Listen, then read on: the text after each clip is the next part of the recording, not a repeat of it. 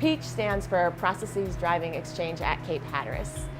The overall goal of PEACH is to understand the exchange of waters between the shelf and the deep ocean.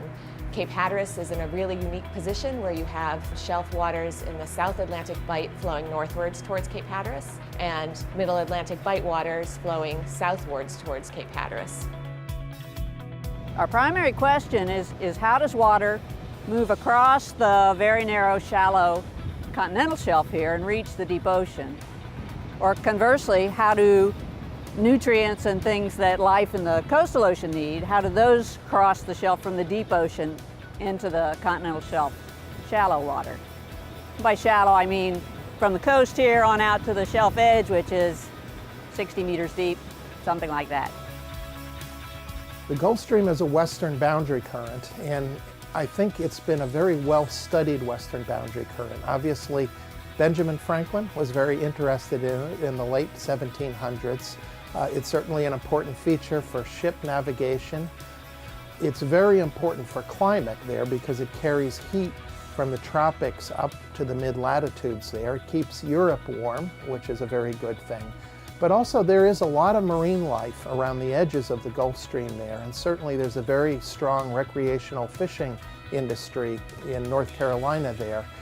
And one of my big concerns scientifically, and why I'm so excited about this project, is there really has been recent changes that get me concerned about how the continental shelf circulation works.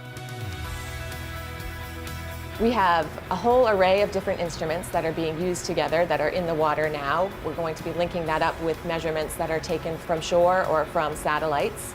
And we are looking at waters from depths of, let's say, 20 meters, so 60 feet, down to depths of a couple of miles. So there's a whole range of spatial scales and temporal scales that are of interest here. This project has researchers whose expertise is in different areas of the ocean. It has researchers from all different institutions, all coordinating together to answer this question of how these different parts of the ocean interact with one another. Here on the Armstrong, the vessel that we're on now, it's kind of like a toy store for scientists because it has the most up-to-date research tools and equipment. Some of the favorites of physical oceanographers like us are the acoustic Doppler current profilers that we use to measure currents beneath the vessel. And there are 3 on the Armstrong. There are 3 different frequencies. And so we use all 3 of those simultaneously to measure the currents under the boat as we move around on the shelf and across the Gulf Stream so we can measure the current velocities. One of the tools that's like the workhorse tool for oceanographers is called a CTD, and a CTD measures the water's conductivity, temperature, and depth.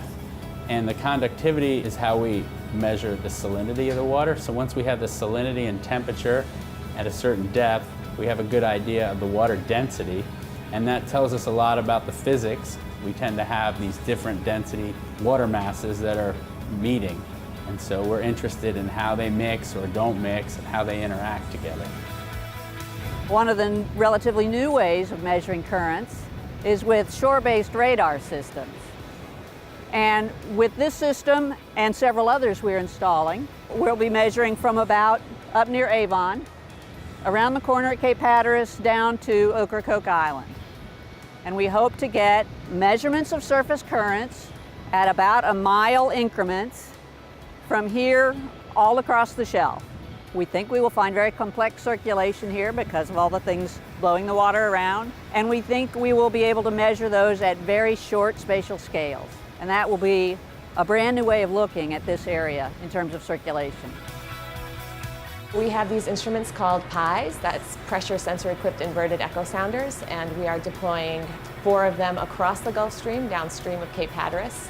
And then we're deploying some along the Gulf Stream upstream of Cape Hatteras. Basically the PIs are telling us about the strength and position of the Gulf Stream.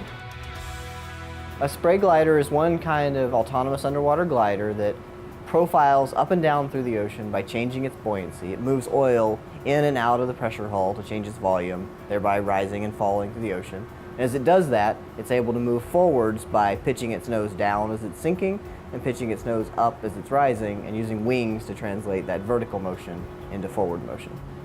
Our spray gliders carry sensors for measuring temperature, salinity, chlorophyll fluorescence, the currents using acoustics, and also acoustic backscatter.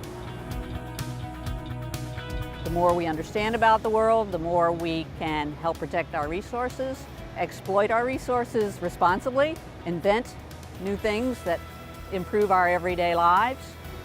More directly, in the recent past, there have been signs of changes in the ocean on a large scale.